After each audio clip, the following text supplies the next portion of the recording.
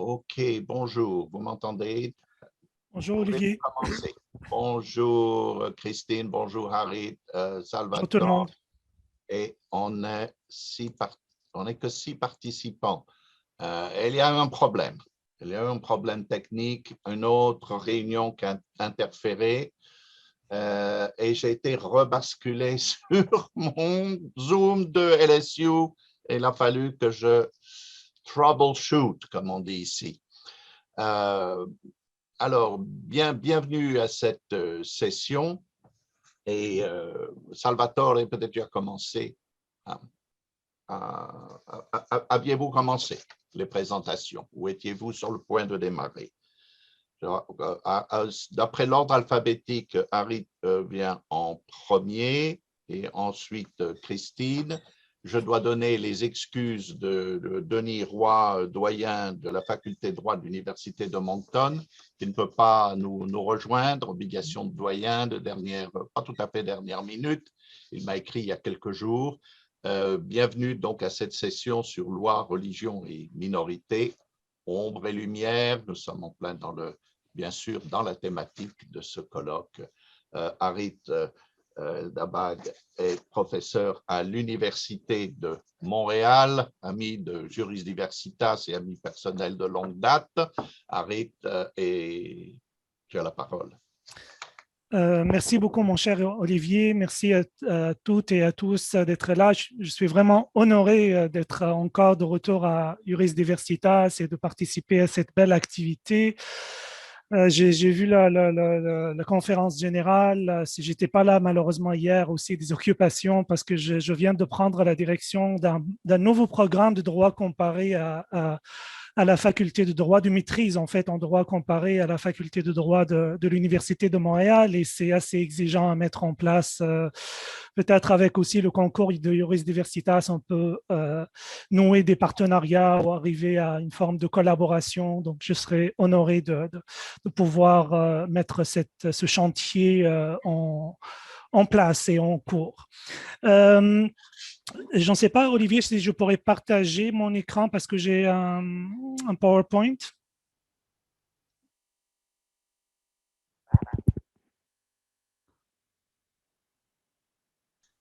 Je viens d'activer le partage d'écran. OK, parfait. Donc,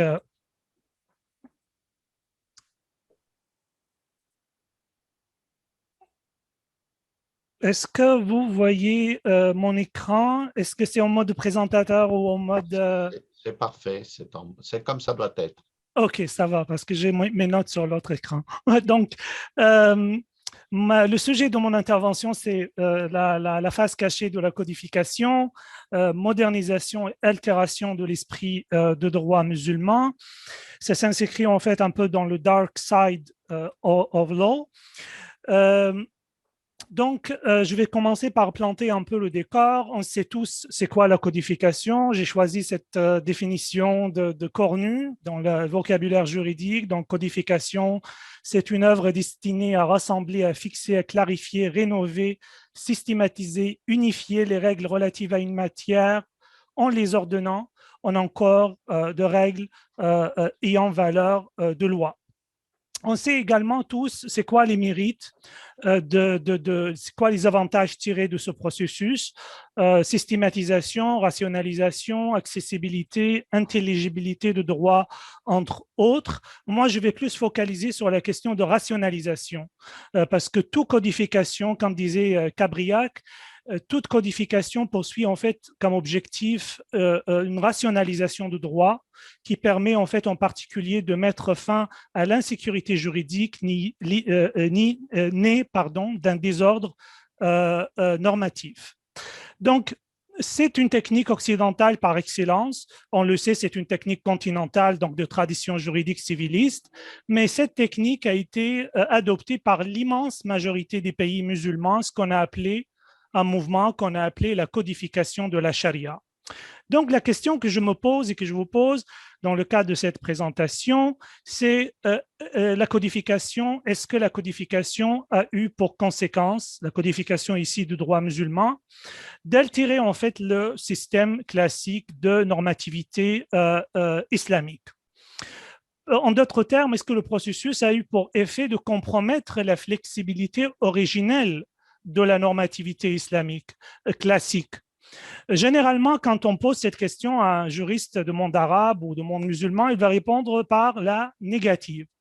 Il va dire non en prétendant qu'il s'agit d'une codification formelle qui a pour seul objectif de compiler et de consolider les prescriptions du corpus musulman sans toucher au fond.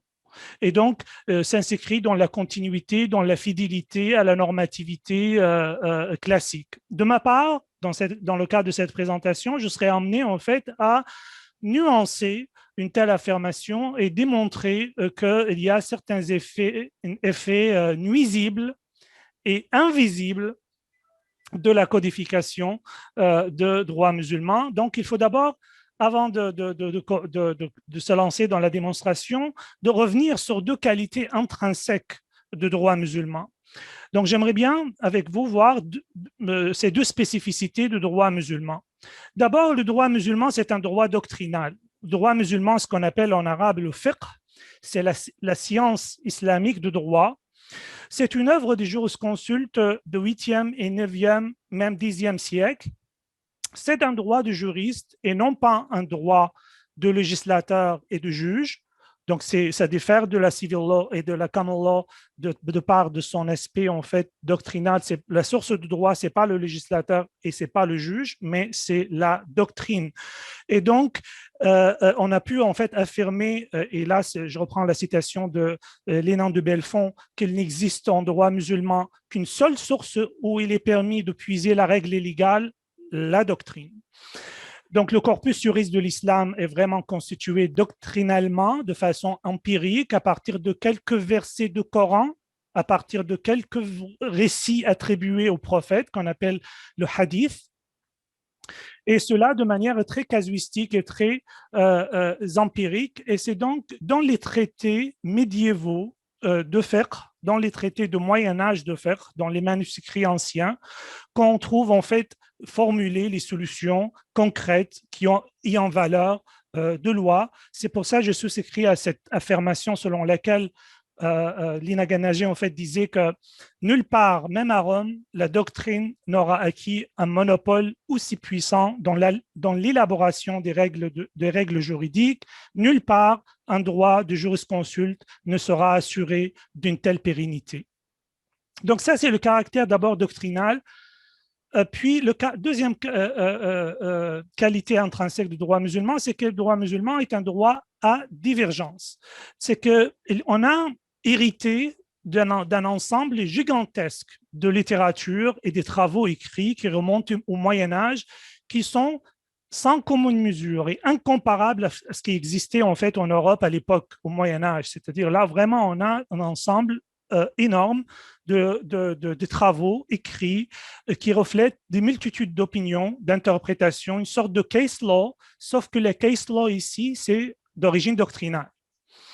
Donc, diversité qui existe au sein de cette doctrine qui se manifeste par le refus d'une lecture unique et une tendance chez les jurisconsultes à considérer que la vérité peut être multiple.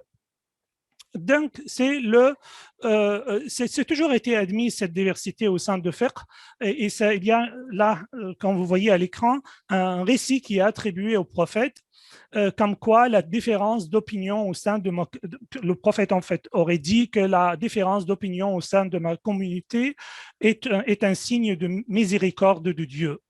Et donc, c'est développé à partir de là ce qu'on appelle l'ijtihad. Donc, la divergence est vraiment le fruit de l'ijtihad.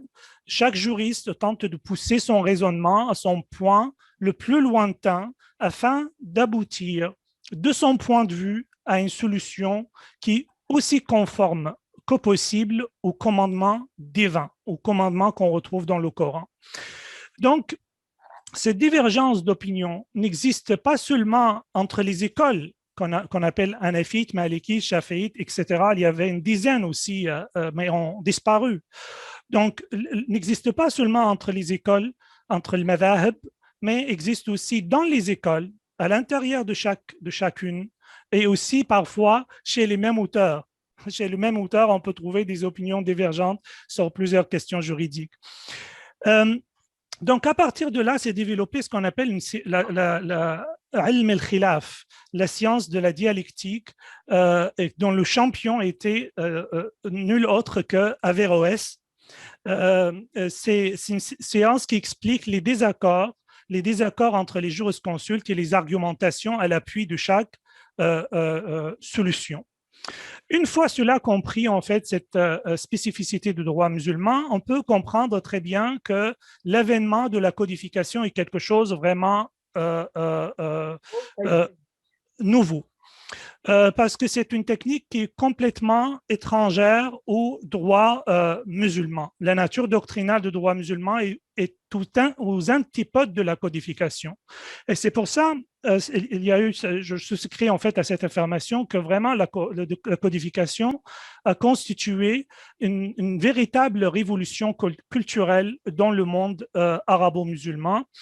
À partir du milieu du 19e siècle, on va voir un mouvement de réception du droit occidental, un mouvement accompagné par une sécularisation des pans entiers de l'ordre juridique.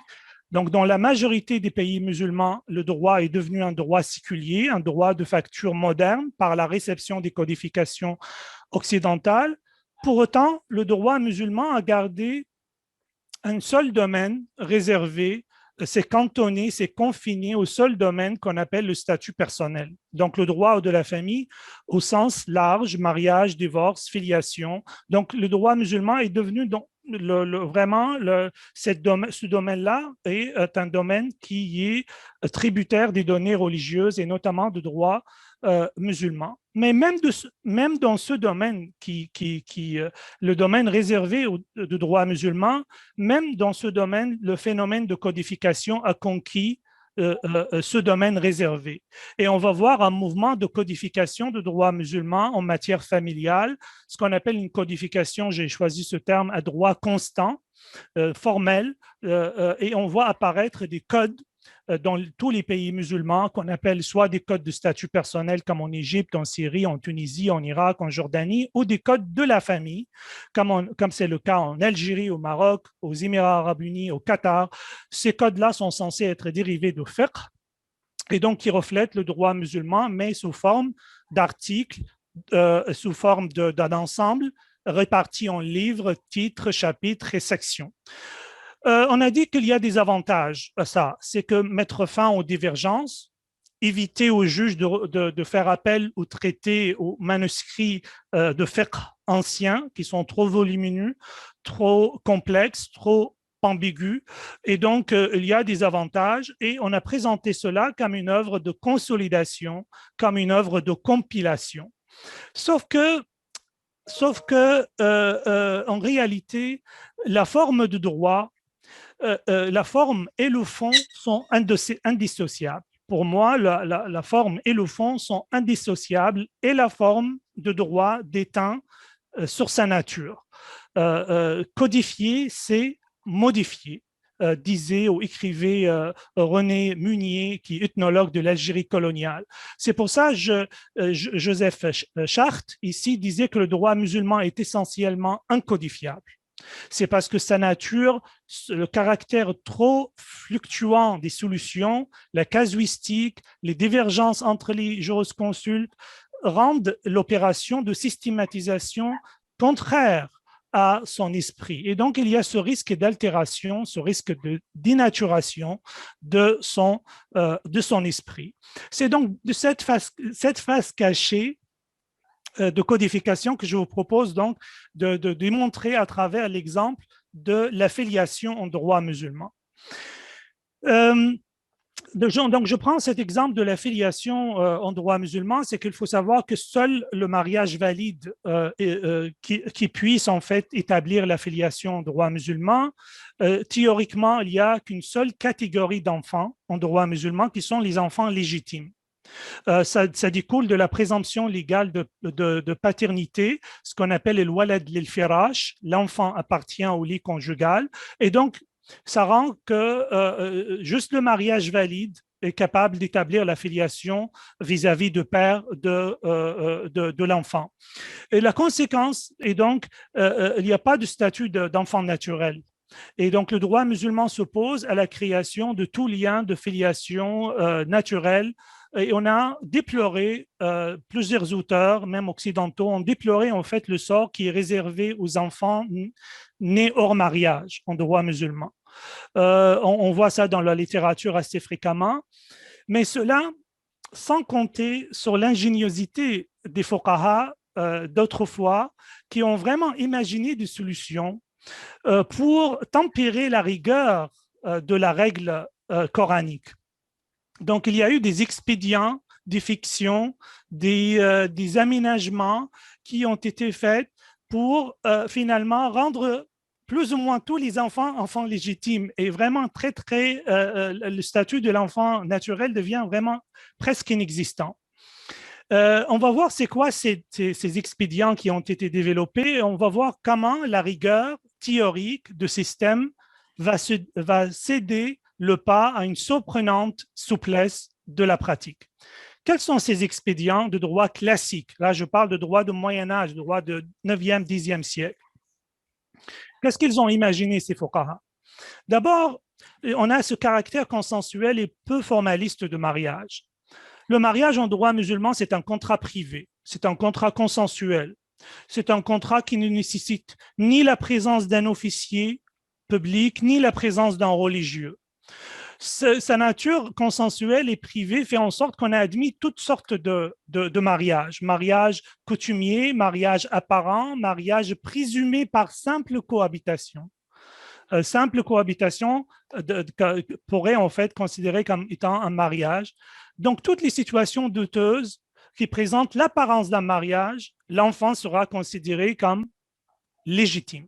Bien sûr, cette solution est contrecarrée aujourd'hui par l'exigence de législateurs modernes d'enregistrer les mariages, ce qui fait en sorte que l'application maintenant est plus limitée. Deuxième chose, c'est l'allongement de la durée maximale de grossesse. C'est que selon les fuqaha, l'enfant pourrait être simplement conçu, mais son développement s'arrête dans l'utérus de la mère pour un certain période de temps, car ça pourrait aller jusqu'à 5 ans, avant de recommencer encore à se développer, puis finir par naître. Et donc, selon les fuqaha, la grossesse pourrait durer longtemps, un délai qui pourrait aller jusqu'à, tenez-vous bien, 5 ou 7 ans. 5 ou 7 ans. Et donc, un enfant, c'est la théorie de l'enfant endormi. Donc, l'enfant qui est né pendant cette période d'une femme divorcée ou d'une femme veuve pendant 5 ans ou pendant 7 ans selon certains, sera toujours rattaché à qui? À l'ex-mari. Et donc, c'est une solution qui protège à la fois la femme, c'est-à-dire la mère, et l'enfant, cette théorie de l'enfant endormi qui est une fiction juridique. Là, la question que je me pose, est-ce que les fuqaha d'autrefois ne savaient pas que la durée normale, selon les données scientifiques et l'observation empirique, c'est 9 mois? Ils savaient très bien, à mon avis, mais ils voulaient vraiment, par cette théorie, favoriser la légitimation de l'enfant qui naît longtemps après la fin de la cohabitation. Troisième, bien sûr, cette théorie a été condamnée aujourd'hui par le législateur, ignorée en fait finalement par la plupart des législateurs qui ont décidé de se baser sur la durée entre 9 et 12 mois en disant que c'est le plus conforme aux données scientifiques, la durée maximale de 9 à 12 mois. Troisième procédé, c'est la reconnaissance volontaire de filiation ou l'iqrar. L'iqrar, ce n'est pas juste un acte déclaratif, c'est un acte constitutif de filiation. Autrement dit, il suffit pour moi, pour n'importe qui, pour quelqu'un, de se dire moi, je déclare, je reconnais tel ou tel pour fille ou pour fils. Il suffit juste qu'il existe un écart d'âge entre moi et le bénéficiaire, l'enfant bénéficiaire de la reconnaissance, pour que la filiation soit automatiquement établie. Et le juge ne va pas demander c'est quoi la circonstance de la conception et de la naissance de l'enfant et comment l'enfant est venu au monde. Il ne va pas me demander comment établir, comment j'ai eu cet enfant. C'est comme en anglais, comme en law, on dit don't ask, don't tell. Et donc, procédé très simple permet d'établir très facilement l'affiliation. Aujourd'hui, le législateur est intervenu pour conditionner la reconnaissance à l'existence d'un mariage préalable. Vous voyez, en codifiant les dispositions qui concernent l'iqrar dans la plupart des législations. Quatrième expédient, c'est l'attribution de l'affiliation de l'enfant, l'aqit, qu'on appelle en droit musulman, c'est le nouveau-né abandonné à celui qui l'a recueilli. C'est-à-dire, si je trouve un petit nourrisson sur le palier d'un mosquée, et puis je sauve ce petit nourrisson et je commence à l'élever et tout ça, je pourrais tout simplement le revendiquer comme mon propre enfant et avoir sa filiation directement sans aucun problème. Ça, c'est une solution de droit classique. Aujourd'hui, le législateur moderne a ignoré ce processus ou ce procédé, on ne retrouve plus dans les codes modernes, puisqu'il s'agit pour le législateur d'une sorte d'adoption déguisée, une adoption déguisée prohibée par la charia. Cinquième et dernière expédient, c'est que la filiation d'un enfant issu d'un mariage par procuration est rattachée au mari. C'est une solution parce que le droit musulman admet le mariage par procuration. Moi, j'habite à Bagdad, je veux épouser une femme qui habite à Marrakech, j'envoie un mandataire et il va conclure le mariage pour moi. On suppose qu'il n'y a jamais eu de cohabitation. Ni elle est venue à Bagdad, ni moi, je suis allé à Marrakech. Mais elle est, entre-temps, après le mariage, après la conclusion de mariage, elle donne naissance à un enfant. Alors qu'il n'y a eu aucune rencontre physique entre nous. Selon les fuqaha, l'enfant sera rattaché à moi, au mari. Et donc, même sans aucune cohabitation, bien sûr, le législateur moderne peut-être a trouvé ça aberrant. Et donc, il a dit que non, pas de filiation si le contrat est conclu, mais aucune cohabitation n'a eu lieu depuis le mariage, pour le mariage par procuration. Donc, vous voyez comment les règles ont été rationalisées, mais on a vraiment contrecarrer ces expédients et ces fictions juridiques. Donc, ce qu'on peut tirer de tous ces exemples-là que je viens de vous démontrer, que les fuqaha d'antan se souciaient guère de la vérité biologique. Ils ne voulaient pas vraiment établir c'est qui l'enfant de qui biologiquement, mais ils mettaient l'accent sur la réalité sociale. Et le corpus offrait en fait des aménagements qui permettent de favoriser l'établissement de la filiation. Là où l'enfant a intérêt en fait à avoir cette filiation légitime parce qu'il n'y a pas de filiation naturelle, il n'y a pas d'autre statut possible. Donc, l'enfant sera privé de filiation que dans des cas très très rares, ce qui était l'esprit en fait de ce droit classique. Mais aujourd'hui, le législateur moderne, quand il est venu codifier ce corpus juridique qui concerne l'affiliation, par exemple, il a eu le souci de systématisation et de rationalisation.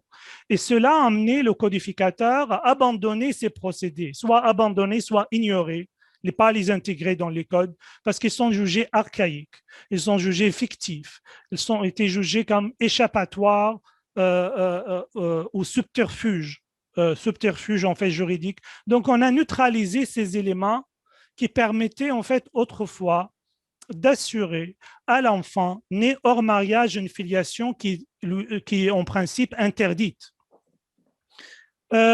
Cette rationalisation de droit par la codification, idée chère à Max Weber, a conduit en fait finalement à cette codification qui donne un coup de balai à tout ce qu'on considère comme irrationnel, obsolète ou irrationnel. La souplesse donc originelle, vous voyez que j'ai essayé de démontrer ça, que la souplesse originelle des solutions doctrinales de fiqh a été entravée par le souci de se débarrasser des artifices, d'éliminer ce qu'on considère comme illogique. Le résultat, c'est que finalement, dans toutes les codifications de droit de la famille arabe, on a consacré l'absolutisme de lien biologique qui est basé sur le mariage, et il y a tout un tas de cortèges d'enfants naturels, d'enfants sans filiation connue, d'enfants stigmatisés, qui sont illégitimes, etc. Donc, je termine en concluant que l'affirmation selon laquelle la charia la codification de la charia est une œuvre dont le fond est musulman et la forme, juste la forme, est occidentale, cette affirmation est erronée. À mon sens, la codification a complètement bouleversé la normativité islamique classique.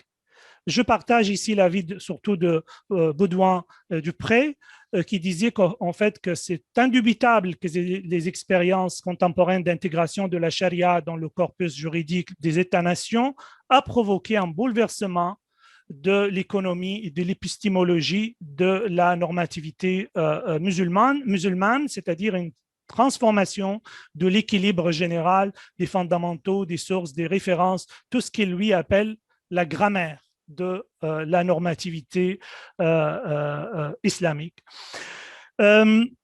Donc là, pour aller en fait plus loin sur ce sujet, ça c'est une petite fenêtre publicitaire. Vous pouvez visiter en fait mon site internet Lex Multiplex où vous pouvez trouver deux articles, notamment un en français et l'autre en anglais, sur l'affiliation dans le cadre de droit irakien, où j'ai un peu abordé en fait cette question que je viens de développer un peu plus largement dans le cadre de cette présentation.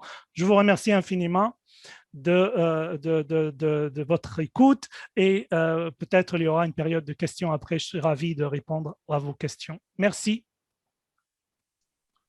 Un immense merci, professeur Labag, pour cette brillante présentation qui pose beaucoup de questions. Je suis sûr que nous aurons un riche débat, mais comme nous le faisons dans les autres sessions, nous allons garder la discussion pour la fin, et nous allons d'abord écouter une autre amie très chère, Christine Chaigne de l'Université d'Aix-en-Provence, qui devrait être reconnue comme une autorité en droit chinois, et le titre est La face noire de la loi en Chine, hier et aujourd'hui.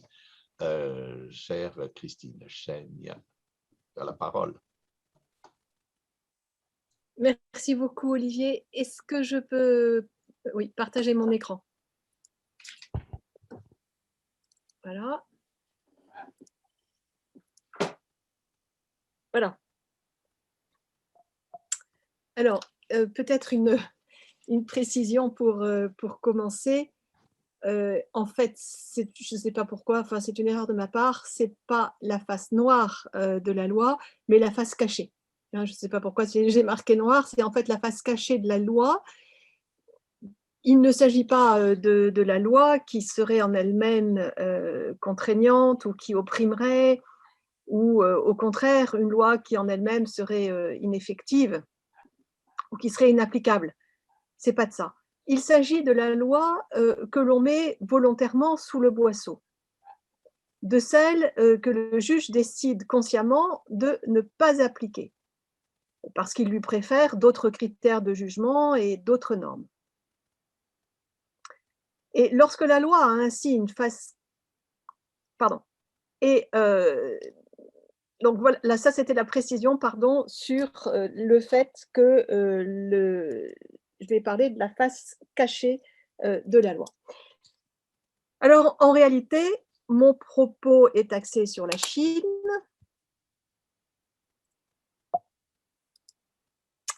mais il relève aussi de la philosophie du droit, peut-être aussi de la théorie du droit, et je pense qu'il y a beaucoup de réflexions qu'il faudrait mener avec le collègue qui m'a précédé. Voilà, il y a beaucoup d'échos.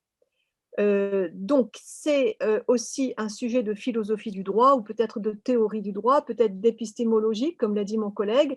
Tout cela est juste. Bon. Parce que la première affirmation dans mon propos est la suivante. Le droit n'est pas la loi. C'est-à-dire que la loi est distincte du droit. Loi et droit n'ont pas la même finalité. La loi réglemente lorsque le droit a pour finalité la justice.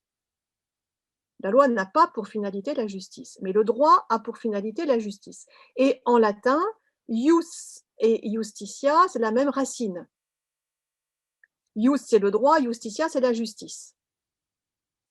Et il y a un autre terme pour dire la loi, c'est lex. Lex legis. Donc la loi est distincte du droit. Et le droit, il est essentiellement dit par le juge qui attribue à chacun ce qui lui est dû. Le juge, pour ce faire, peut s'appuyer ou non sur la loi. Il peut aussi bien s'appuyer sur la raison, sur le raisonnable, il peut prendre en compte l'équité du cas particulier, il peut prendre en compte d'autres critères. Et il se trouve qu'en France, le sens de la loi a considérablement évolué, puisqu'aujourd'hui, il y a une confusion entre la loi et le droit. Le droit est devenu un ensemble de réglementations, de règles de conduite décidées par un législateur plus ou moins légitime. En revanche, en Chine, la loi est bien distincte du droit. Les deux restent distincts, même si au niveau de la terminologie, le terme fa, que l'on voit sur la diapositive, peut signifier le droit ou la loi. Donc ça, c'est au niveau de la terminologie. Pour dire la loi, on peut aussi dire fa lu, mais fa est généralement utilisé. Et là, il y a la source d'une grande confusion entre le droit et la loi. Et en Occident, on traduit habituellement fa par droit, alors qu'à mon sens, dans 99% des cas, il faudrait traduire fa par loi. Et cela éviterait des contresens, les contresens habituels sur la notion d'état de droit en Chine. Alors, pour voir tout cela, on va remonter très loin dans le temps. J'ai mis juste deux petites précisions sur la dia. La Chine impériale, c'est 200 avant Jésus-Christ jusqu'à 1911, et ensuite, c'est la période de la République populaire de Chine. Excusez-moi, je voudrais revenir en arrière. Voilà. Donc, ici, c'est pour montrer, non seulement on part très loin puisqu'on part en Chine, mais on part aussi très très loin dans le temps. Et ne faites pas attention aux différentes couleurs qui montrent simplement que l'Empire était divisé. Mais si vous voyez avec ma souris, ici, c'est l'an 0. Et donc, toute la queue du dragon, c'est avant Jésus-Christ. Et après, c'est après Jésus-Christ, sachant que 1949 est là. Donc, la période contemporaine est dans la tête du dragon. Donc, c'est tout ça l'histoire de la Chine. Et je pense qu'il faut le rappeler parce que le droit aujourd'hui en Chine, ou la loi aujourd'hui en Chine, elle est tributaire de tout ce qui existait avant. Et ça a une grande importance de le rappeler pour nous comparatistes et pour essayer de comprendre le droit chinois aujourd'hui. Le droit chinois, il n'est pas né en 1949 ou en 2012 ou 2021 avec Xi Jinping. Le droit chinois, il existe depuis très longtemps. Alors là, avant Jésus-Christ, il y a toute cette période. On va, nous, simplement se contenter d'aller dans cette période-là, des Zhou orientaux, ici, 5e, 6e siècle avant Jésus-Christ, la période de Confucius et Lao Tzu en particulier, mais pas seulement.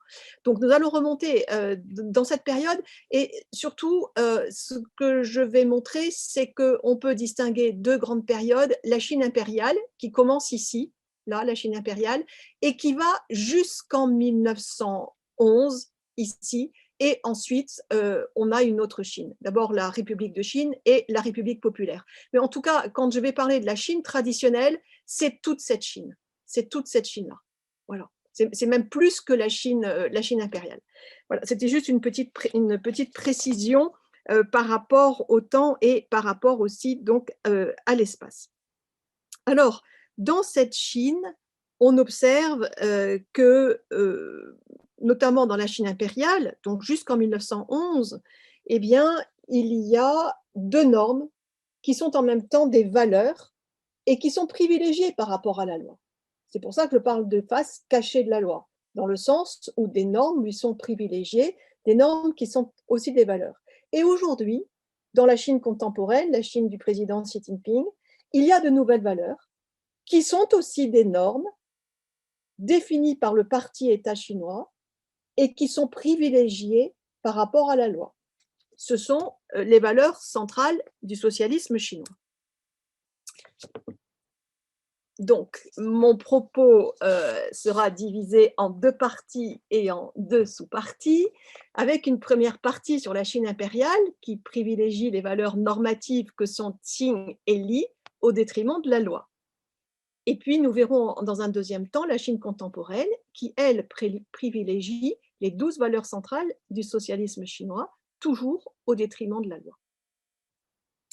Alors, dans un premier temps, d'abord, simplement préciser que le caractère fa au sens de loi apparaît en Chine pendant la période des royaumes combattants, c'est-à-dire 3, 4, 5e siècle avant Jésus-Christ. Hein. Et juste après, ici, on le voit, là, on est en 536, on est en 6e siècle, et pour la première fois, on voit un acte qui est gravé sur un tripode. C'est la première fois que la loi, quelque part, va être positivée, puisqu'elle est rendue publique, elle est écrite, et donc tout le monde sait à quoi s'en tenir. Et très peu de temps après cet acte, eh bien, vont être publiés ce qu'on a appelé parfois à tort un code. Et là, il y aurait beaucoup à dire sur la notion de code en droit chinois.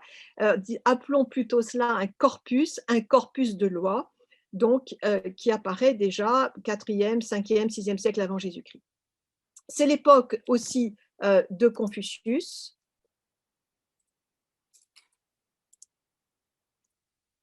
Alors ça, c'est aussi une diapositive pour montrer ce fameux tripode de la dynastie Zhou occidentale extrêmement ancien, ce tripode où ont été gravées les premières lois en Chine.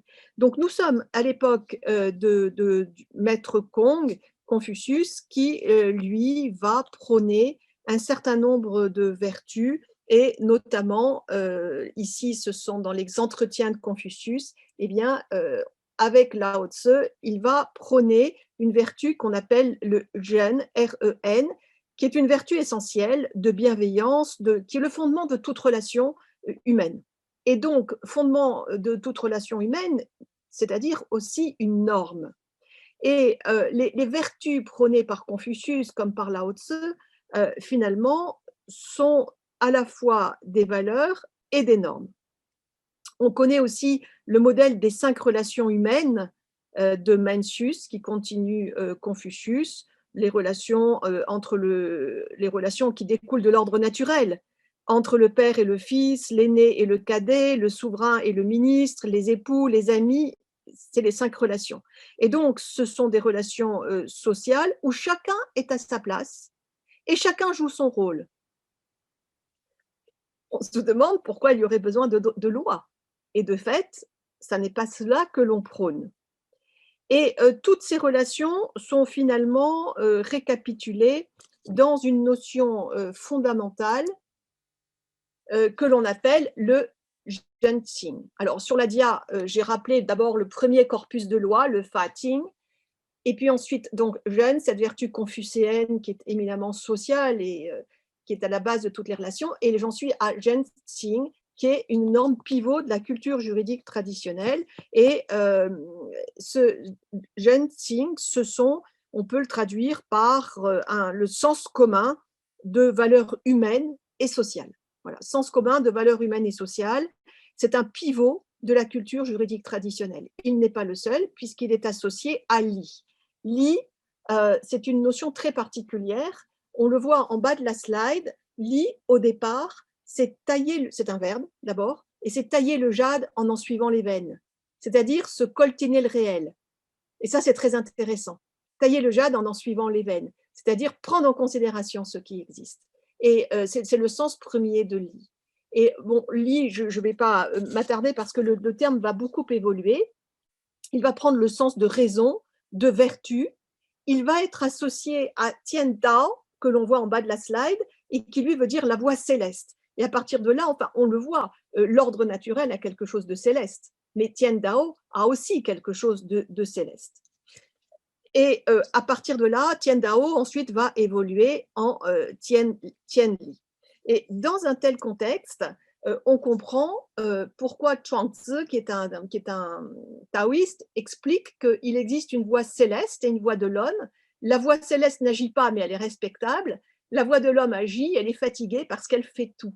Donc, c'est la prise en compte de cette voie céleste qui est toujours très importante, qui prime encore une fois sur la loi. Et puis, Lao Tzu qui remarque que voilà, la voie céleste agit à l'égard des hommes comme l'archer qui bande son arc pour viser la cible et ajuster la hauteur, abaisse ce qui est élevé et élève ce qui est abaissé, diminue le plus et augmente le moins. Il ôte à ceux qui ont en abondance, il ajoute à ceux qui manquent. Pardon, il y a une faute d'orthographe. Tout cela pour dire que, voilà, il y a une résonance avec ce que nous on pourrait appeler le droit naturel. Il y a une résonance aussi avec rendre à chacun ce qui lui est dû. Il y a une résonance avec le fait que ce qui importe dans la société, c'est que chacun soit à sa juste place. Et ce qu'il faut ajouter aussi, c'est que ce qui importe, c'est que chacun finalement respecte les devoirs qui lui incombent. Et Li a aussi ce sens finalement de légitime, donc de normes qu'il faut respecter. Et Qing et Li vont être associés pour, comme critères d'application pour la justice et vont être pris en considération par le juge. Tout ça pour dire que on peut appliquer la loi Fa, qui est essentiellement pénale à cette époque, on peut appliquer la loi, mais si on l'applique, il faut, il faut la compléter par ces deux normes que sont Tsing et Li. C'est-à-dire qu'il faut peut-être appliquer la loi, mais il faut prendre en considération le sens commun des valeurs sociales et humaines, et il faut prendre en compte aussi ce qu'on peut appeler des principes célestes. Voilà. Donc la loi doit être mitigée, elle doit être adoucie en prenant en compte deux autres normes qui sont aussi des valeurs. Et c'est ainsi que pendant toute cette période de la Chine impériale, la culture juridique traditionnelle et l'application de ce que je peux appeler une triade, à savoir la loi, mais aussi Tsing et Li, c'est-à-dire le sens commun de valeurs humaines et sociales et des principes célestes. Alors, si on examinait ces trois notions, on se rend compte qu'elles ne sont pas séparables, qu'elles forment un tout, et c'est pour ça qu'on peut parler d'une triade, et qu'elles contraignent l'homme à adopter le bon comportement, celui qui est conforme au fait d'être un homme.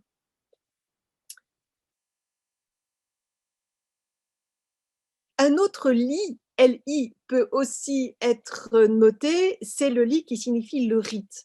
Mais je ne vais pas m'y attarder, d'abord parce qu'il y a une autre conférence, une autre intervention qui parle de ce li rite, et puis surtout parce que moi j'ai préféré parler de la notion de li, principe céleste. Mais les deux sont liés. Et très souvent, on parle habituellement, lorsqu'on parle du droit chinois traditionnel, du rite et de la loi, donc je n'en parle pas, d'autant plus que je pense que ça n'est pas forcément juste.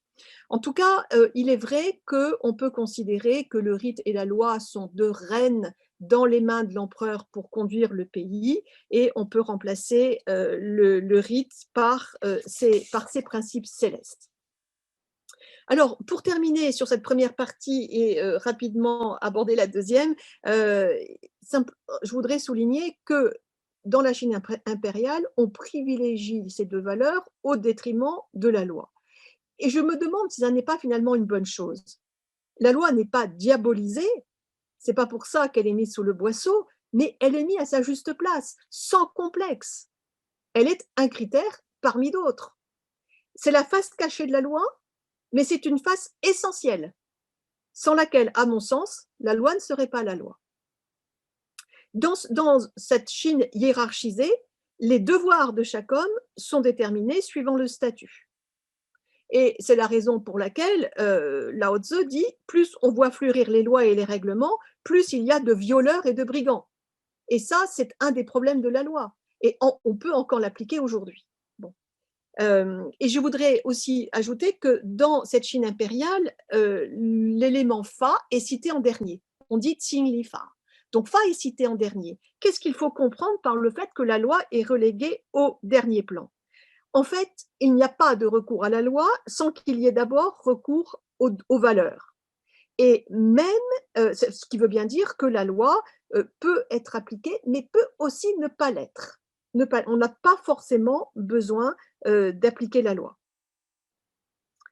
Ce que cherche le juge, il cherche à rendre un jugement ou une conciliation harmonieuse. Il respecte la loi, mais parfois il considère que l'équitable, le raisonnable ou le légitime prime sur le légal. En d'autres termes, on pourrait considérer que l'équitable, le raisonnable et le légitime sont l'autre face, la face cachée de la loi. J'en viens à ma deuxième partie sur la Chine contemporaine, qui elle aussi privilégie des valeurs, mais ce ne sont plus Tsing-Li, ce sont les 12 valeurs centrales du socialisme chinois, et c'est toujours au détriment de la loi, mais on va le voir dans un contexte complètement différent, et je ne pense pas qu'il y ait une quelconque commune mesure entre les valeurs centrales du socialisme chinois aujourd'hui et les valeurs de la Chine traditionnelle. Alors, Mao prend le pouvoir en 1949, la République populaire de Chine naît, et dans un premier temps, qui est le grand A, adoption de multiples lois et parallèlement définition de morale publique. On verra ensuite les valeurs. Donc, dans un premier temps, Mao meurt en 1949. Il se tourne, je crois que j'ai une diapositive, alors il prend le pouvoir, c'est un dieu sur terre, c'est l'empereur rouge, tout va très bien. Il se tourne vers l'Union soviétique et il emprunte le droit de l'Union soviétique. Et puis, il meurt. C'est en 1976. Et à partir de 1976, c'est, ici on le voit à droite, Deng Xiaoping qui prend le pouvoir, et Deng Xiaoping va défaire tout ce qu'avait fait Mao et ouvrir notamment le pays et dire il faut reconstruire le pays et donc adopter des lois. Et là, la multiplication des lois commence dans tous les sens. Et pour le coup, il n'y a pas de codification. Et il n'y en a pas encore aujourd'hui, même si l'on dit que la Chine a adopté un nouveau code civil, ça n'a rien à voir avec un code. Et donc, depuis 1978 jusqu'à aujourd'hui, on multiplie les lois, la Chine multiplie les lois, alors que dans le même temps, elle développe en parallèle des valeurs, ce qu'elle appelle parfois des valeurs, des vertus, une civilisation spirituelle, ça prend plusieurs noms. Dans un premier temps, donc, sont multipliées les lois, et puis en 1997 apparaît un slogan extrêmement important, gouverner le pays en s'appuyant sur la loi. Donc la loi est mise à la base de tout. 5 ans plus tard, la loi est mise à la base de tout, c'est toujours vrai, mais aussi ce que la Chine appelle la vertu, la morale publique. Je n'ai pas eu le temps d'écrire tout ça en chinois, mais il y a deux parallèles. Gouverner le pays en s'appuyant sur la loi, c'est la priorité. Gouverner le pays en s'appuyant sur la vertu est inséparable de la loi. Et la vertu morale publique va, elle aussi, être développée. Je souligne juste que déjà, avant même la prise de pouvoir par Mao en 1949, Mao Tse-tung disait « Pour maîtriser le commandement de tout, il faut d'abord maîtriser le commandement de la pensée. » C'est dire l'importance que la Chine attribue à la pensée, hier comme aujourd'hui. Et c'est aussi une des clés de compréhension de ce qui peut se passer dans le nord-ouest de la Chine. Je n'ose même pas dire le nom publiquement. Mais ce domaine de la rééducation par le travail, ce domaine de la pensée, de la morale publique, de la vertu telle qu'elle est définie par le parti-État. Et donc, on peut considérer que hier, c'était la loi et le rite, aujourd'hui, c'est la loi et la vertu. Avec quand même une distinction très importante, c'est que au niveau de la façon dont s'écrivent les caractères chinois, les deux phrases sont très parallèles. On a ifa jogo, ite jogo, c'est presque semblable, sauf que quand il s'agit de la loi, il s'agit de s'appuyer sur la loi, alors que pour la morale publique, il s'agit d'utiliser la morale publique, de manier, de manipuler la morale publique. Donc, ce n'est pas tout à fait la même chose. Il faut appliquer la loi, mais on a le droit de manipuler la morale publique. C'est le contexte dans lequel on se trouve aujourd'hui. Alors, je vois qu'il ne me reste plus beaucoup de temps. Je voudrais… Ah, pardon, là, du coup, Xi Jinping, on arrive au président Xi Jinping en 2012-2013, et c'est le président Xi Jinping qui va développer ce qu'il appelle les valeurs centrales du socialisme chinois. Nous sommes en 2017, et en 2018, ces valeurs centrales sont insérées dans la Constitution. Alors, ces valeurs centrales, quelles sont-elles? Ces valeurs centrales, il y en a 12. Ça fait 24 caractères, comme vous pouvez le voir sur la diapositive, la prospérité, la démocratie. Alors, la démocratie populaire, l'harmonie, la liberté, l'égalité, la justice. Bon, rule of law, c'est faux, mais c'est la traduction qui est habituellement donnée. patriotisme, etc. Donc, ces valeurs aujourd'hui sont déclinées à l'infini et elles sont là pour, dit le parti, assister la loi. Donc, c'est encore la face cachée de la loi. Sauf que le problème est que elles sont là pour assister la loi, mais elles prennent le pas sur la loi. Et donc, le juge ou même le législateur n'a pas le choix, il doit préférer la valeur à la loi. Donc, on n'est plus du tout dans le contexte de la Chine traditionnelle, puisque là, l'application de la loi va dépendre des circonstances, va dépendre du juge, va dépendre du parti, etc. Et donc, la loi qui est supposée être générale ne l'est plus. Or, la généralité, c'est quand même la caractéristique première de la loi, ce qui pose un problème. Je termine avec ma conclusion. Ici, c'est un poster dans la rue à propos du patriotisme, et ici, ce sont les 12 valeurs qui, de nouveau, sont affichées, mais on les retrouve absolument de partout.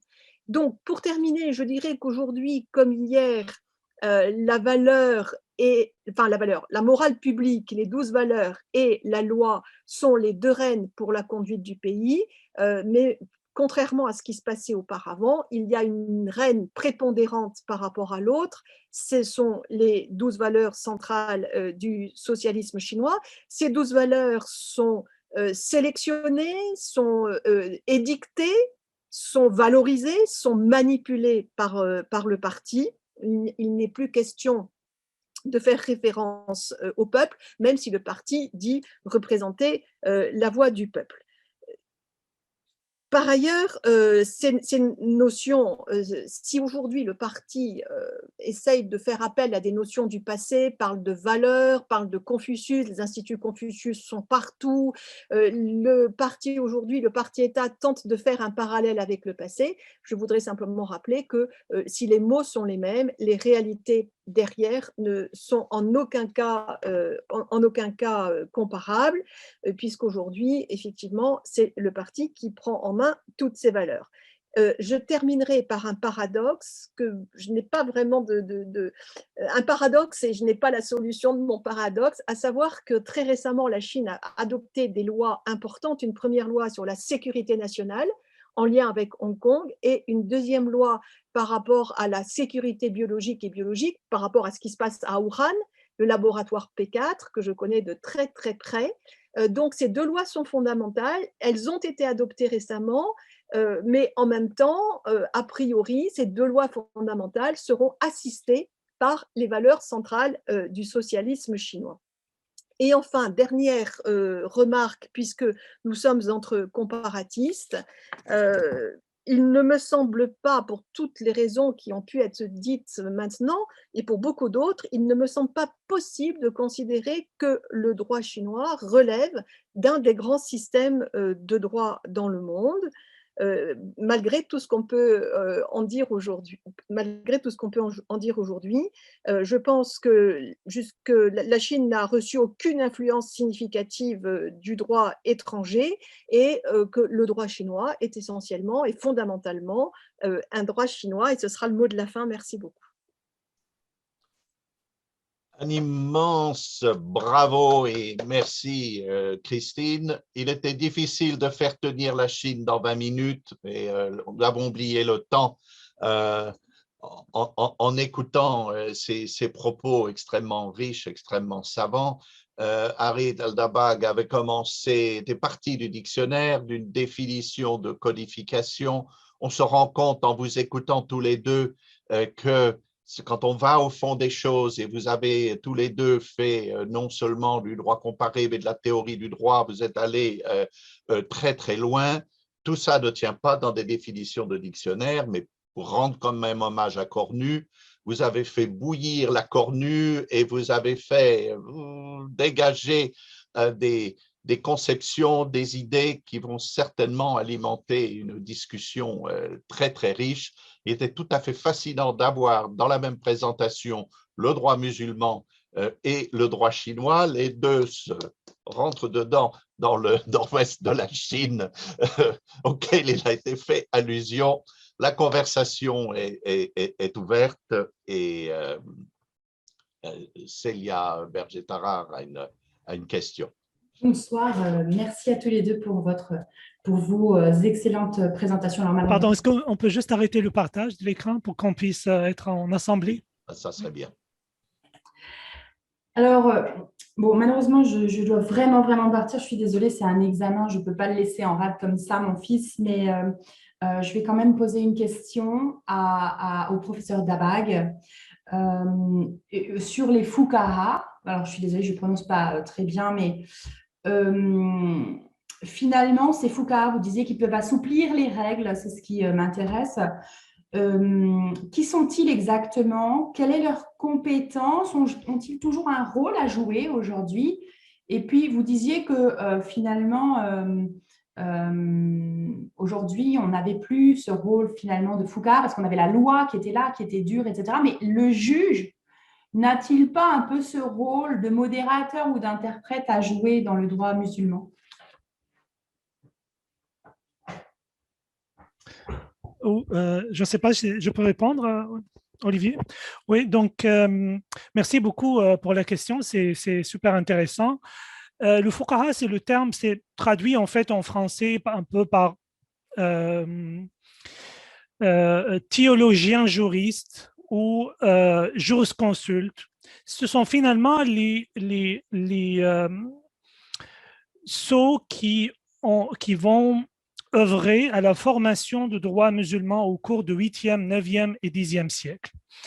Parce que le problème, en fait, du droit musulman, et ça, je n'ai pas abordé cette question de la différence entre droit et entre fiqh, sharia et fiqh, c'est une question qui est complexe, c'est que tout ce qui est normatif, en fait, on retrouve rarement dans les sources scripturaires, qui sont le Coran ou la tradition de prophètes qui étaient en fait rassemblées sous forme écrite. Donc, sur des éléments très minces, ces jurisconsultes-là ont échafaudé tout un système. Tout un système qui est basé sur trouver des solutions à des cas. Les cas, à la différence par exemple de la common law, ce ne sont pas des cas qui se présentent dans la pratique. Parfois, c'est des cas qui sont de propre imagination des fuqaha. Donc, ils imaginent des situations, quelle est la succession d'un être mi-humain, mi-animal? Quelles sont les parts en fait de l'héritage? Quelle est la situation d'une perle qui vient d'être trouvée dans le corps d'un poisson? Donc, ils ont imaginé des solutions à partir en contemplant un peu ce qu'on appelle la charia, c'est-à-dire ce qui existe dans le Coran comme élément juridique et c'est assez mince, et ce qui est un peu rapporté dans les actes et les paroles de prophètes, ce qu'on appelle le hadith et ce qu'on appelle la sunna. Et donc, le fuqaha, c'est souvent quand on parle le fuqaha en langue arabe, c'est le terme qui est en fait utilisé pour qualifier ces fondateurs, ces grands juristes de Moyen-Âge, de l'époque médiévale. Aujourd'hui, on n'utilise plus en fait le terme, on parle plus de savants, ulama, les ulémas, en fait, on appelle ça un peu, parce que les fuqaha, c'est ça le terme qui un peu qui comporte en fait une dimension créatrice. Et avec la fermeture de la porte de l'ijtihad, j'ai parlé un peu de l'ijtihad, on a considéré que l'œuvre a été accomplie, qu'il n'y a plus de lieu de faire en fait une œuvre de création, que l'innovation a été condamnée, etc., même si historiquement, ce n'est pas fondé, tout ça, mais c'était pris comme une sorte de consensus, etc. Par rapport à la place du juge et à la place de la doctrine, qui est le fiqh, que j'appelle la doctrine, donc dans le langage moderne, le juge a une place secondaire. Le juge, ce qui est le qadi, le qadi dans le vocabulaire juridique, a une place secondaire par rapport au faqih. Le qadi applique ce qu'il dit le faqih. Il applique parfois des solutions d'une seule école. Par exemple, il a été de tradition en Égypte d'appliquer, par exemple, le droit hanéfite. alors que la population est de rite chaféite. Mais c'est l'Empire ottoman et un peu l'influence de l'école officielle de l'Empire ottoman, etc. Et parfois, ils ont tendance à choisir, c'est-à-dire en Irak, comme il y a des sunnites et des chiites, autrefois, maintenant c'est unifié, mais avant, quand c'est selon le principe de la personnalité de loi, on demande à l'individu sur quelle loi vêtu. Et donc, s'il dit que je suis hanéfite, donc c'est le juge hanéfite qui va être compétent. S'il dit que je suis chiite, c'est le juge chiite qui va être compétent. Il va appliquer ses propres règles, donc qui sont tirées finalement de fiqh. Et donc, c'est ça la dialectique en fait qui existe entre les deux. Je ne sais pas si j'ai répondu à votre question, mais j'ai pris ça de manière assez large. Merci, c'est parfait. Je dois vous quitter maintenant, mais merci beaucoup. De À rien. bientôt. Au revoir. Au revoir. Merci, Célia. Continuons la discussion. Nous sommes maintenant, non pas une triade, mais un quadrige avec 2 chevaux très puissants. Et professeur Berkman et moi sommes là tout à fait fascinés par ce que nous entendons. Peut-être, chers collègues, Berkman, avez-vous une question ou un commentaire? Sinon, je vais. Moi, j'en ai, hein. Ça ne manque pas. Oui, Harit. Harit, tu es muet. Ça m'arrive tout le temps. OK, ça c'est le classique. On peut laisser, comme nous sommes en petit comité, nous pouvons rester micro. Ça c'est le classique de Zoom là. Ouais, j'avais une question pour ma collègue Christine Shane en fait par rapport à parce que ça m'a beaucoup interpellé. En fait, il y a des affinités parce qu'on est dans le cadre des traditions juridiques non occidentales, que ce soit dans le droit musulman ou que ce soit dans le droit traditionnel chinois, si on peut appeler ça comme ça. Peut-être vous avez vu, on a vu votre remarque très judicieuse et pertinente par rapport au terme loi, droit, code. C'est pas des termes qui collent vraiment en réalité parce que c'est des termes finalement occidentaux en fait. Et je ne sais pas si vous partagez mon avis, mais c'est le positivisme juridique à l'occidental s'accommode très mal aux traditions juridiques orientales, aux traditions, on va dire, normatives non occidentales. Et ça, on l'a vu à travers votre présentation par rapport à la Chine, comment le droit positif, ce qu'on appelle, c'est finalement la partie juste visible de l'iceberg, alors que toute la partie invisible, c'est plus les conventions, les codes sociaux, les traditions, je n'ai pas les termes en chinois, mais vous l'avez bien expliqué. Donc, je ne sais pas si vous avez une réaction, un commentaire, si vous partagez ce point de vue. Alors, oui, je partage ce point de vue. Exactement tout ce que vous avez dit, je le partage à 100%. Et simplement, je ne suis pas positiviste. Donc, comme je ne suis pas positiviste, j'apprécie de retrouver dans la culture juridique traditionnelle, j'apprécie beaucoup d'y retrouver les fondamentaux de ce que moi j'appelle le droit naturel, qui est en fait le droit romain, que l'on trouve dans le Corpus Juris Civilis, et à savoir que qu'est-ce que le droit, qui est quand même c'est une invention des Romains, le droit. La science du droit, en tout cas, est une invention des Romains, et c'est peut-être pour ça aussi que ça ne cadre pas très bien avec les cultures non occidentales. La science du droit est une création des Romains, et le Corpus Juris Civilis nous dit que le droit est lié à la justice, et que le droit, c'est rendre à chacun ce qui lui est dû.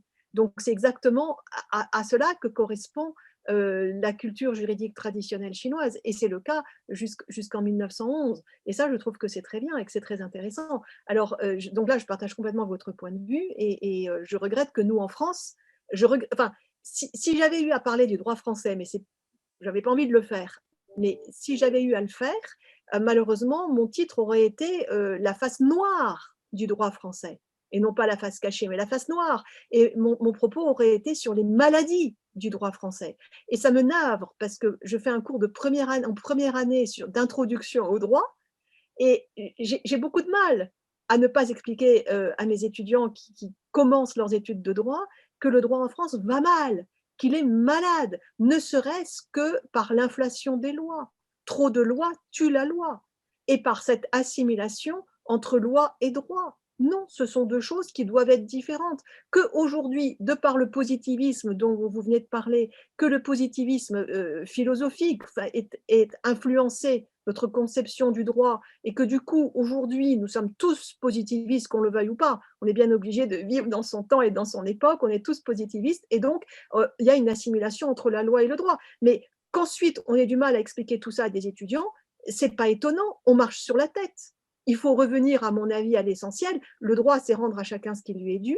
Au départ, il y avait les 12 tables de la loi, il n'y en avait pas 36 000. Et même Portalis disait la loi, il vaut mieux qu'il y en ait peu et qu'elle soit bien faite. Bon, là, il se trouve que Lao Tzu et Confucius disent la même chose. Voilà. Donc, je partage complètement votre opinion. Alors après, aujourd'hui, c'est vrai aussi, et ça c'est peut-être plus navrant, que le parti considère encore que la loi, c'est la face émergée de l'iceberg, mais qu'en sous-main, il y a ce qu'il appelle des valeurs. Alors, sauf que ce n'est pas en sous-main, parce que c'est complètement décomplexé. Le parti État l'annonce. D'abord, c'est un parti État, il n'y a qu'un seul parti. L'État, il est derrière, il y a des institutions qui sont que des institutions de façade, mais ça, c'est revendiqué, c'est décomplexé. Il n'y a pas d'indépendance judiciaire, c'est décomplexé. Le président Xi Jinping l'a dit, c'est une erreur de l'Occident, on ne va pas la commettre. Il n'y a pas d'indépendance judiciaire, ce qui pose quand même problème. Mais de fait, donc, ce n'est pas tellement une partie cachée de l'iceberg, c'est une partie bien visible et la valeur est là pour assister le droit. Après, encore une fois, moi, vous allez peut-être m'éclairer tous les quatre, mais pourquoi alors, ou alors est-ce que c'est juste pour la galerie et pour l'international? Pourquoi adopter des lois extrêmement importantes, comme par exemple la loi sur la sécurité nationale par rapport à Hong Kong, ou la loi sur la sécurité biologique?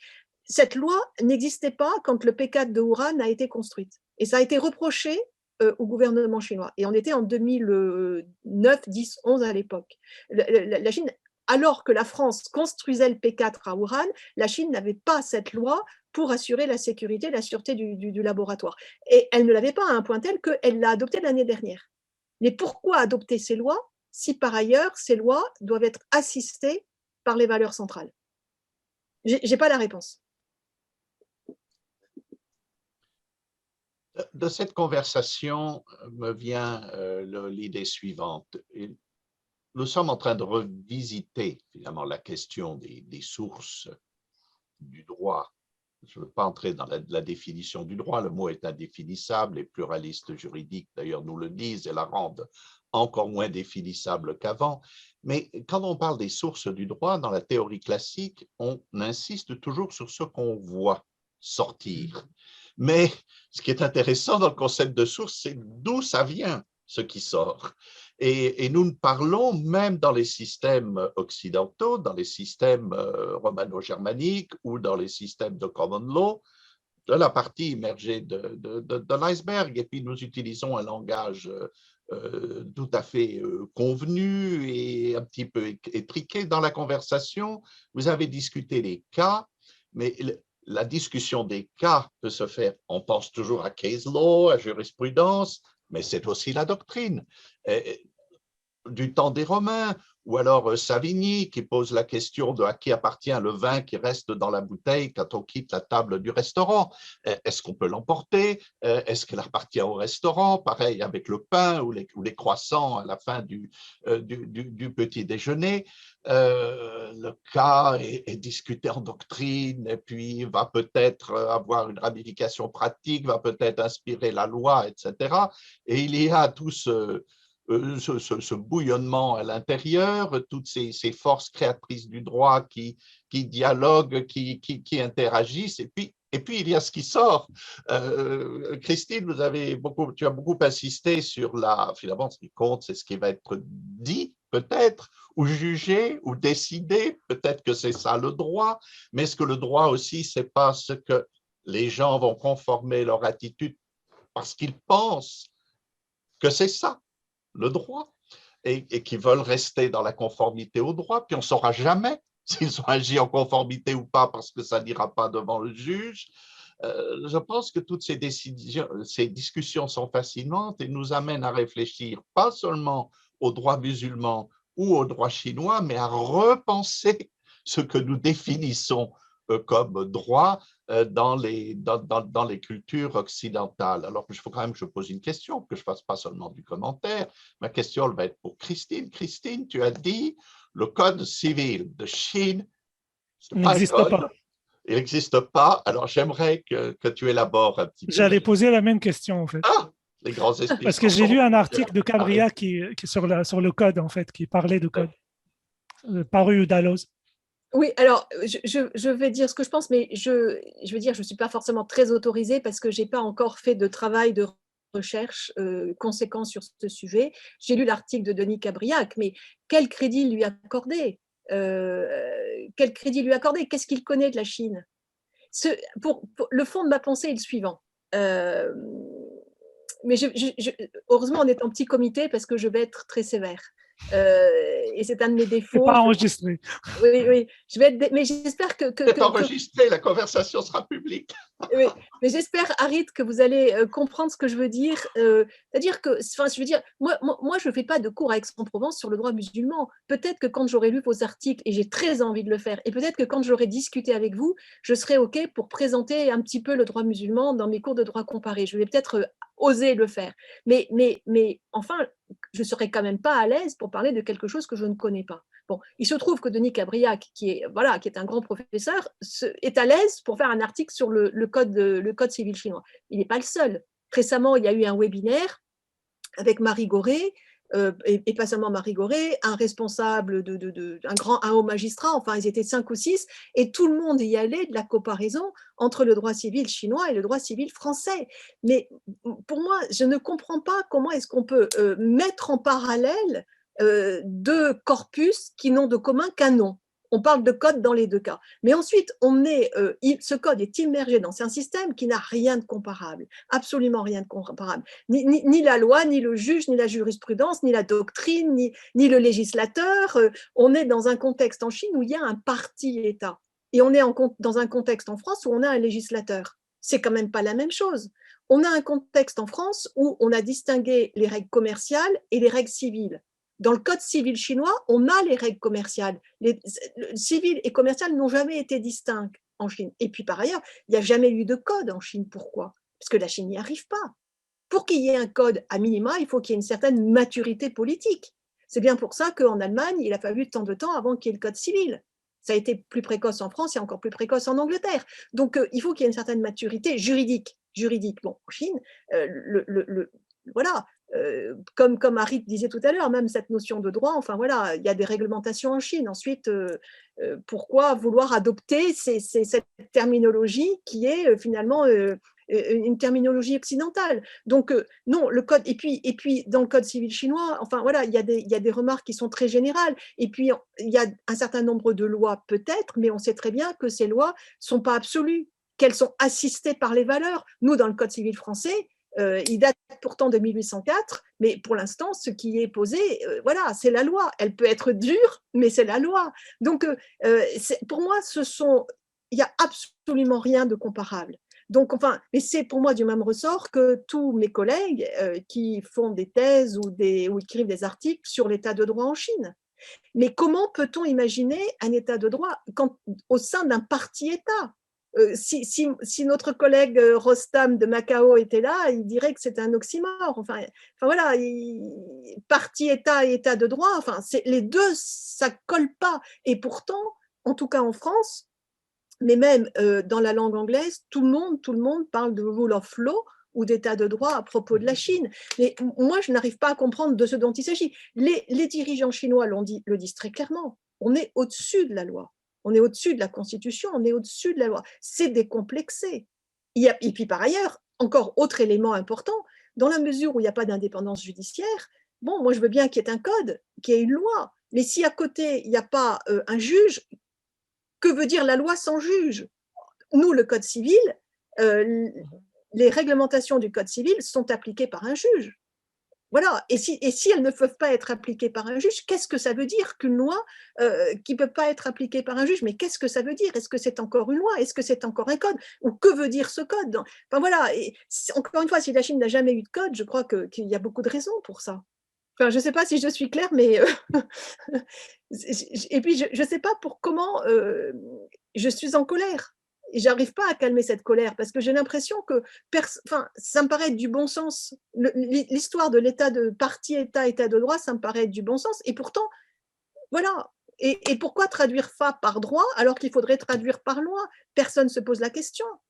Et ensuite, Denis Cabriac écrit un article. Je ne vais pas l'en empêcher, c'est très bien. Mais encore une fois, comment est-ce possible de comparer deux notions en 2021 en faisant table rase de toute la tradition et de tout le passé de chacun des deux États? Voilà, moi, ça m'interpelle. Le comparatiste, il est très proche de la démarche de l'historien du droit. L'histoire du droit, c'est dans le temps et la comparaison des droits, c'est dans l'espace. Mais nous, on fait les deux. Pour comprendre le droit d'aujourd'hui, on est bien obligé de comprendre le passé. Donc, tous ces collègues positivistes qui comparent deux réalités en 2021 en faisant abstraction du passé, moi, ça ne me convainc pas. Alors, j'espère que ce n'est pas enregistré, Olivier. Hein. C'est enregistré et j'aimerais que Rémi Cabriac entende ça. Et il faut le faire entendre. Je refuse et il n'y aura jamais un livre sur les systèmes juridiques comparés ou droit comparé signé d'Olivier Moreto dans lesquels je m'aventurerai à parler du droit musulman, du droit chinois, parce que je ne suis pas autorisé à le faire. Je ne les connais pas de l'intérieur. Je suis allé dans la common law, j'ai un peu découvert de l'intérieur, j'ai séjourné, dialogué, etc. Mais j'y vais sur la pointe des pieds. Ce sont des systèmes occidentaux. Je découvre maintenant des différences, pas seulement subtiles ou en surface, entre la conception du Code civil en France et en Louisiane. Et ce n'est pas parce que la Louisiane est confrontée à la common law, c'est parce que la Louisiane a gardé de son passé, de son influence française et espagnole, une vision juste naturaliste du droit. Bon, j'ai une question maintenant pour Harry sur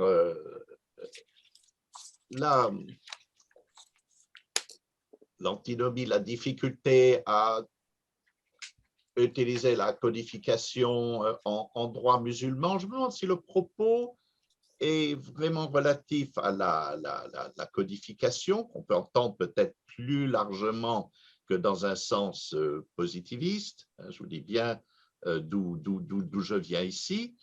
Code, c'est un livre avant tout. Et on y met des lois, ce qu'on pense être le droit. Est-ce que ce n'est pas plutôt la législation que l'idée de code en elle-même? Là où je viens, c'est qu'on a la possibilité finalement de codifier de façon très, très, très générale, sans aller dans le détail, des filiations, sans nécessairement définir le mariage, etc. Et puis laisser l'interprétation à la doctrine ou à d'autres, en quelque sorte. Est-ce que ce n'est pas plus le phénomène législatif qui est antinomique? Je pense que oui. Je pense que le phénomène législatif est antinomique parce que qu'est-ce que ça suppose une codification? C'est par nature, en fait, une sélection, d'abord, des règles qui vont intégrer le code. Ce processus de sélection, quand on arrive au droit musulman, avec de dizaines et de vingtaines de solutions sur chaque cas d'espèce, le législateur est obligé de choisir. Donc, déjà, on réduit ce qui est un corpus énorme à quelques règles qui ont été sélectionnées par le législateur. Deuxièmement, c'est la rationalisation, la systématisation. Donc, on élimine tout ce qu'on pense que c'est pas rationnel et c'est des fictions de subterfuges ou des expédients et tout ça. On va les écarter. Pour donner une harmonie, pour donner une logique, qu'on pense que non, le mariage et puis l'enfant, ça doit être toujours le fruit d'un mariage, etc. Et donc, cette idée, moi, je trouve séduisante probablement de faire des codes à minima. ou d'énoncer en fait un peu quelques principes généraux, puis de laisser l'autre en fait tous les questions de détail et tout ça. Mais c'est pas ce qui était pratiqué en fait jusqu'ici dans le monde musulman. On parle de taqnin, c'est le terme codification, et c'est vraiment la technique occidentale qu'on a pris, mais on a dit finalement on va prendre juste la forme. On va mettre ça à la forme et le fond, c'est musulman. Mais ce n'est pas ça ce qui s'est passé euh, euh, réellement. Le droit, ce n'est pas ce qui existe en fait dans les. C'est-à-dire, c'est quoi la loi? Est-ce que c'est le texte? Est-ce que c'est le contexte qui donne le sens au texte? Ou est-ce que c'est l'interprète qui va donner sens en fait au texte qu'il va interpréter?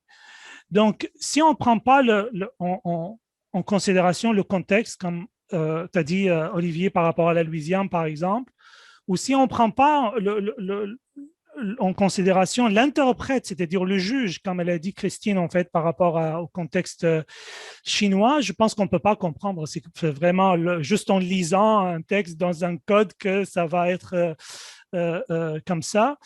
C'est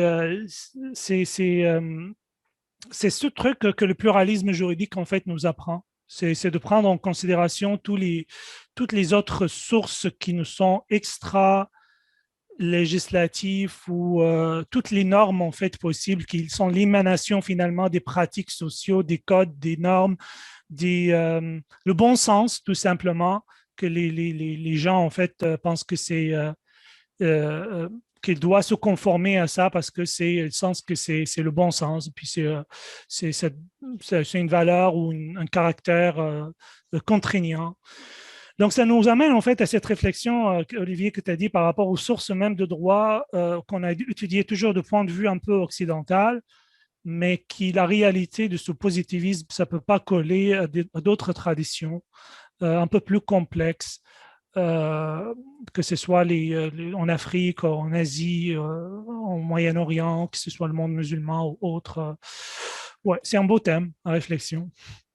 Un beau thème. Dans un autre cadre, j'avais réfléchi, j'avais accepté une invitation à parler au Japon parce qu'on payait le voyage et que c'était l'occasion, mais on me demandait de parler de l'influence internationale de Gustave Boissonnade, connu pour son travail, le projet de Code civil pour le Japon, mais autrement limité. Mais j'avais réfléchi, du coup, j'ai dit, il a inventé le concept de codification doctrinale il propose un code qui est de la pensée doctrinale avec des commentaires sous les articles. Et puis, on utilise ça dans les restatements, on utilise ça dans les principes applicables au contrat du commerce international, les principes Lando, etc.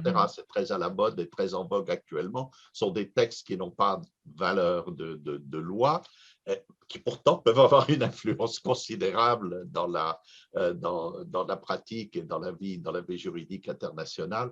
Finalement, toutes nos notions et celles que l'on nous demande d'enseigner en première année, je comprends l'embarras de Christine et je le partage, mais je crois qu'il ne faut pas hésiter quand on enseigne aux étudiants de première année, il dit voilà ce qu'il y a dans les livres, voilà le cadre, voilà comme c'est défini, mais voilà comment c'est dans la réalité. Relativiser. Je pense relativiser les choses et apprendre à l'étudiant à relativiser dès son premier jour d'études juridiques et de ne pas accepter comme vérité absolue tout ce qui est enseigné en première année.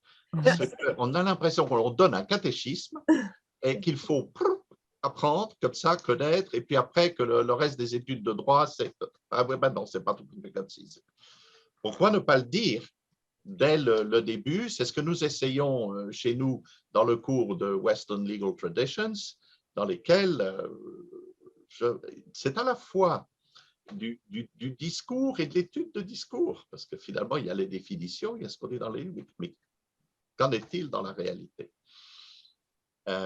Et on se dit, oh non, il ne faut pas faire ça parce qu'on va embrouiller ces chers étudiants. On va les perdre, oui. Il faut leur apprendre à penser dès le début. Bien sûr qu'il faut des concepts, mais il faut savoir et bien dire que tout concept, toute notion que l'on va utiliser n'a qu'une valeur relative.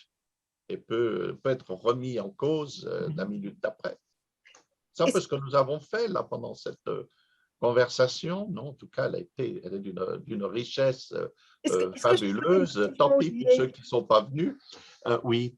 Olivier, je voudrais juste poser une question. Je voudrais juste dire d'abord à Harit que je partage sa réflexion sur le fond et la forme, que la Chine adopte sur la forme un certain nombre, notamment un code par exemple, et ensuite sur le fond, elle fait ce qu'elle veut. Donc ça, c'est peut-être un petit peu gênant quand même. Je voulais dire aussi à Olivier que moi, dans mon cours de première année, je ne parle pas de source du droit, parce que je ne suis pas positiviste, et que donc ce qui importe, ce n'est pas les sources, c'est des résultats, comme tu viens de le dire. Donc c'est déjà quelque chose que j'ai banni de mon vocabulaire en première année, et ça aide beaucoup. Mais surtout, ce qui m'interpelle aussi, tous les deux, vous connaissez René David. Pourquoi est-ce que René David, ce n'est pas la plus petite des autorités, pour lequel j'ai une vénération sans borne, pourquoi est-ce que René David, et pas seulement lui, mais tous les autres derrière, persistent à vouloir classer les droits et à vouloir classer le droit chinois dans la famille de droit continental? Pourquoi? Et en vertu de quoi disent-ils que certains sont grands, les grands systèmes, et les petits? Ça veut dire que les autres seraient petits. Dans les mélanges Camille Geoffrey Spinozzi, j'ai fait un Super beau texte. article sur les petits systèmes. Ouais, super beau texte. Alors, ben oui. Donc, vous n'avez pas de réponse très alors? Bonne question. Très bonne question. On va pardonner. Moi, je suis plein d'indulgence pour René David parce qu'il était pionnier et qu'il n'y avait pas eu beaucoup avant lui. Et même l'accès à l'information à l'époque. Oui. L'accès à l'information à l'époque, c'était pas comme aujourd'hui. Là, il n'avait pas Internet, puis il n'y avait pas les. Ouais. Donc, il fallait voyager, il fallait. Oui, ce qui est embêtant quand même, Harit et Olivier, ce qui est quand même embêtant, c'est que c'est repris par absolument tout le monde. On retrouve ça dans tous les manuels de droit comparé, et y compris les Chinois persistent à penser que parce qu'il y a de la codification, précisément, du coup, on est dans un système de droit occidental. On va y mettre les États-Unis, un code de commerce uniforme. Allez. Bon, enfin voilà. Bon. On est allé jusqu'à mettre la Russie, en fait, comme système civiliste, alors qu'on n'est pas grand-chose, en fait, de ces systèmes dans le droit russe, en fait, d'aujourd'hui. Un gros défaut du livre de René David, et c'est Jacques van der Linden qui a mis le doigt dessus, c'est que ce n'est pas de la bonne systématisation. C'est un peu, je discute ça ailleurs en disant, souvent avec les petits enfants de 1 an ou 2 ans, on apprend les jeux des formes et des couleurs, un peu associés, les triangles, les ronds, etc. Et puis, on va ou bien avec les couleurs ou avec les formes. René David, il a pris par rapport aux sources quand il oppose le droit de la tradition romaino-germanique et à la common law, et puis il va par rapport au système de production, au système économique pour faire les droits socialistes, et ben, ce n'est pas brouiller les critères, en fait. C'est brouiller les critères. Mais il s'en défendait avec beaucoup d'humour. J'ai discuté la question avec lui. Il m'avait dit, mais Olivier, j'avais pensé à faire un autre ouvrage sur les systèmes complètement différent et le publier chez Thémis, parce qu'il y a le Précidalose, il fallait qu'il y ait un Thémis, je ne sais plus. Je l'aurais fait complètement différemment, mais je n'ai pas eu le temps, j'ai fait autre chose. Bon. Donc, il se rendait très bien compte de toute façon, c'est une tentative doctrinale, c'est-à-dire, moi, quand j'enseigne ça aux étudiants, là, les classifications, j'ai dit toujours, c'est des tentatives doctrinales, c'est à des fins didactiques, il ne faut pas les prendre comme étant des gravés dans le marbre, puis c'est ça. On fait ce qu'on veut, là. Et Harit, le droit musulman, il est appliqué dans beaucoup d'États? Dans 2 domaines principalement, le statut personnel, donc le droit de la famille principalement, c'est le domaine vraiment par excellence du droit musulman. Puis là, plus récemment, dans ce qu'on appelait en fait le constitutionnalisme islamique, c'est-à-dire on voit dans les constitutions apparaître des mentions comme quoi la charia, le fiqh, l'islam parfois est la source principale de la législation. Donc là, c'est plus le domaine constitutionnel, avec un impact qui est assez variable. On a beaucoup parlé d'Égypte, mais je viens de sortir un texte qui concerne le cas irakien. C'est une nouvelle mention qui n'a jamais existé en Irak, mais après l'invasion américaine et en 2005, la nouvelle constitution portait la mention que l'islam et les préceptes de la charia sont la source principale de la législation. Donc, je viens de sortir un texte à ce propos à la revue de la recherche juridique, droit prospectif, qui traite en fait de cas irakiens et comment cette référence a été interprétée par les juges qui sont pour l'instant des juges étatiques, donc des magistrats professionnels. Ce ne sont pas des religieux qui sont issus des écoles de fiqh ou de la charia, mais sont principalement de formation de droit positif. Et comment ils ont interprété ces textes par rapport à ça et comment l'impact sur l'ordre juridique. Donc ça, c'est ça. Dans tous les autres domaines, c'est à peu près un droit d'inspiration occidentale qui reprend principalement la tradition civiliste, mais certains pays, le common law.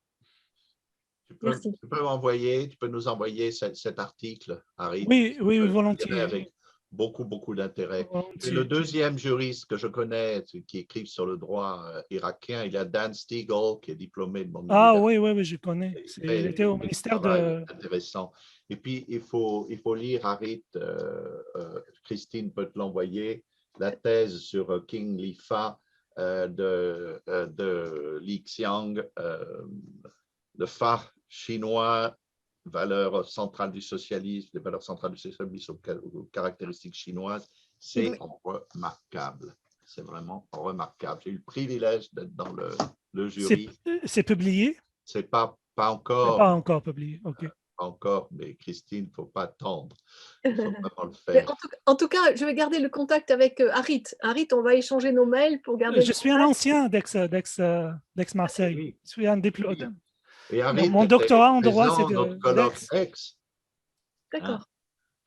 Bon, c'était une session magnifique avec un ou deux et vraiment un moment de pur bonheur, un sommet de Juris Diversitas. Merci de nous avoir réunis. C'est vraiment, mais c'est exactement qui nous sommes et ce que nous voulons faire. Il faut vraiment continuer, poursuivre ces débats et ces discussions en petits groupes, en plus large groupe. C'était magnifique. Là, moi, j'ai énormément appris pendant cette heure et demie. Un grand merci. Je suis obligé de vous quitter et de mettre fin. Malheureusement, comme je suis l'autre, quand je vais appuyer sur fin, ça va arrêter la conversation. Alors, au revoir. On va dire au revoir à tout le monde. Merci. Au revoir. Merci. Au revoir.